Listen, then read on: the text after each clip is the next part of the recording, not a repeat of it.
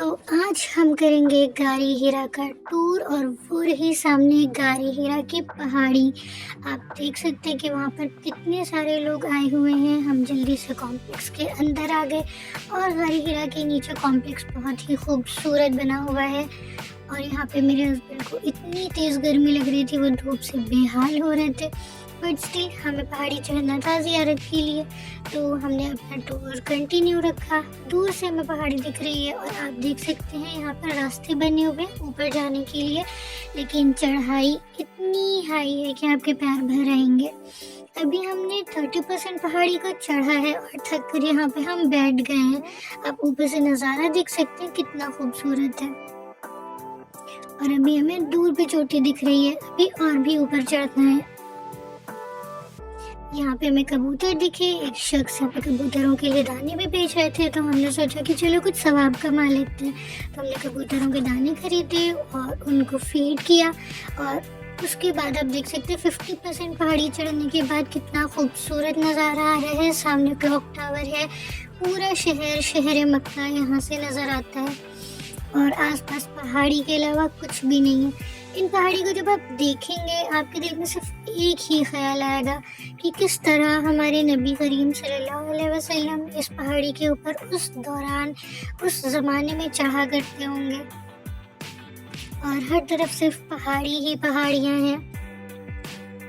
ये रही गारी हीरा, अभी हम ऊपर से देख रहे हैं। अभी हम आपको लेकर के नीचे भी चलेंगे, इंशाल्लाह गारी हीरा की अच्छे से ज़ियारत कराएंगे। तो बस अब जल्दी से नीचे चलते हैं। और ये हमें रास्ता मिल गया है अंदर जाने का। यहाँ पे बहुत से लोग आए हुए होते हैं, तो वेट करना पड़ता है। पहले एक अंदर जाता है और दूसरा बाहर आता है। इस तरह से हम एक एक करके अंदर जाते हैं और एक एक करके बाहर आते हैं। बहुत पतला रास्ता है यहाँ पर, तो आपको बहुत संभल के जाना होगा। और हम अंदर आ चुके हैं और यहाँ से आप ऊंचाई देखिएगा कि पहाड़ कितना ऊंचा है। गारी हीरा बहुत ऊंचाई पर बनी हुई है। अभी हम आपको ऊंचाई दिखाते हैं पहाड़ की। यहाँ से पूरा शहर मक्का आपको नज़र आता है।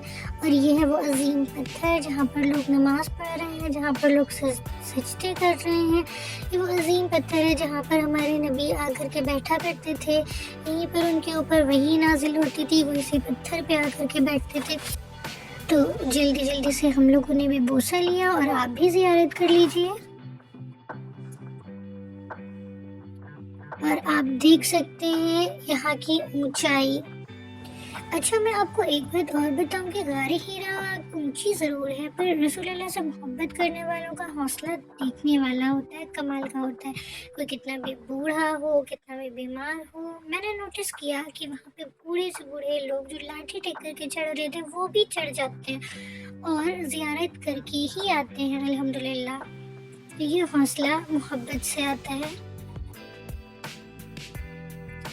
बट ऑनेस्टली धूप इतनी तेज़ थी, पर फिर भी हमें बिल्कुल धूप नहीं लग रही थी क्योंकि हवाएं बहुत ज़्यादा ठंडी थी। लेकिन अगर एक सेकंड भी हवा रुकती थी तो हमें तपिश पता चलती थी धूप की। पर ये बस अल्लाह की कुदरत है कि हवाएं इतनी ठंडी हैं, धूप इतनी तेज़ है, फिर भी हमें धूप पता ही नहीं चलती है ठंडी हवाओं के आगे। और पसीना थोड़ा बहुत निकलता है पर बहुत ज़्यादा परेशान नहीं करता हमें।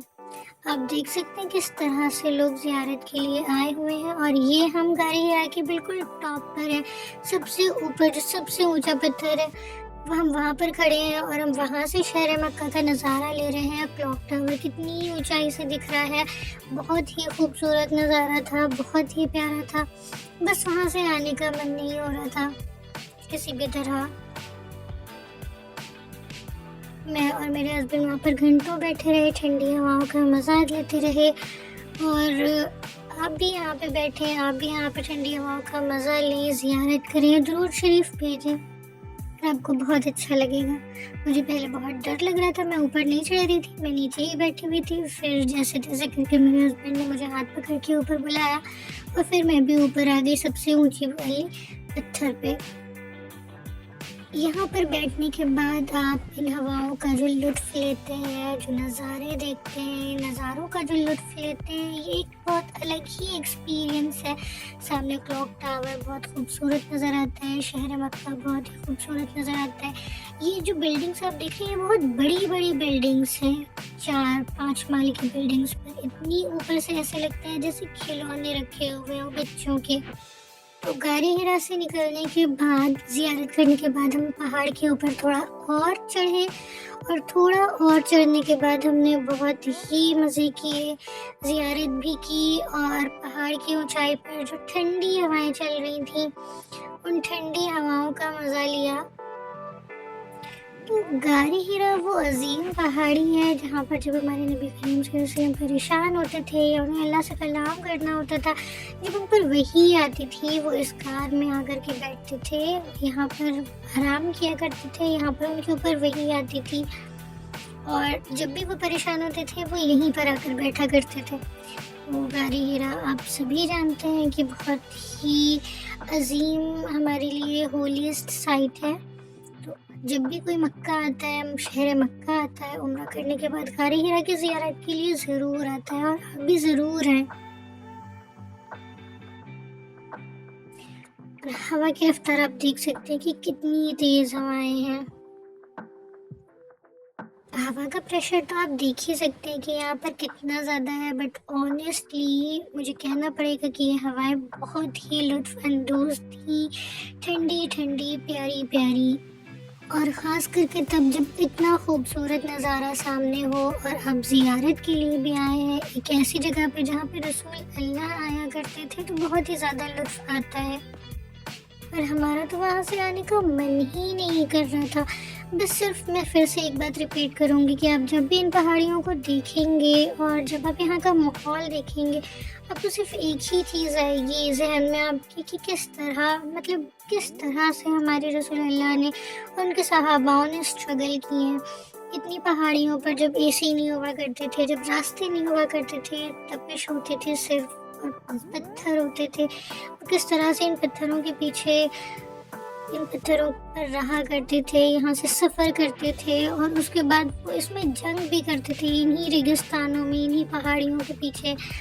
कभी छुपना है, कभी खेमे लगाने, और अब यहीं पे उन्हें जंग भी करनी पड़ती थी।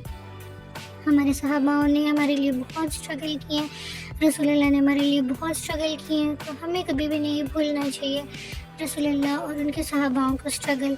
आखिर इस्लाम ने बहुत स्ट्रगल किया और हमें चाहिए कि हम अपने दीन पर कायम रहें और सीधी राह पर चलें, फ़िरक़ों में ना बटें और सिर्फ उन हदीसों पे ईमान रखें जो रसूलुल्लाह के ज़माने में आई थी, क्योंकि लोग कहते हैं कि हदीसें ज़ईफ़ हो गई हैं, पर असल हदीस वही है जो ज़ईफ़ है, जो रसूलुल्लाह के ज़माने में आई। असल में इस्लाम वही था। हमने इस्लाम को आसान करते करते उसमें बहुत सी सुरंगें बना ली हैं और हम भटक गए हैं। तो हमें चाहिए कि हम उन हदीसों को फिर से मानना शुरू करें जो रसूलुल्लाह के ज़माने में आई। फिर हमारा टूर ख़त्म हुआ और अल्लाह हाफ़िज़।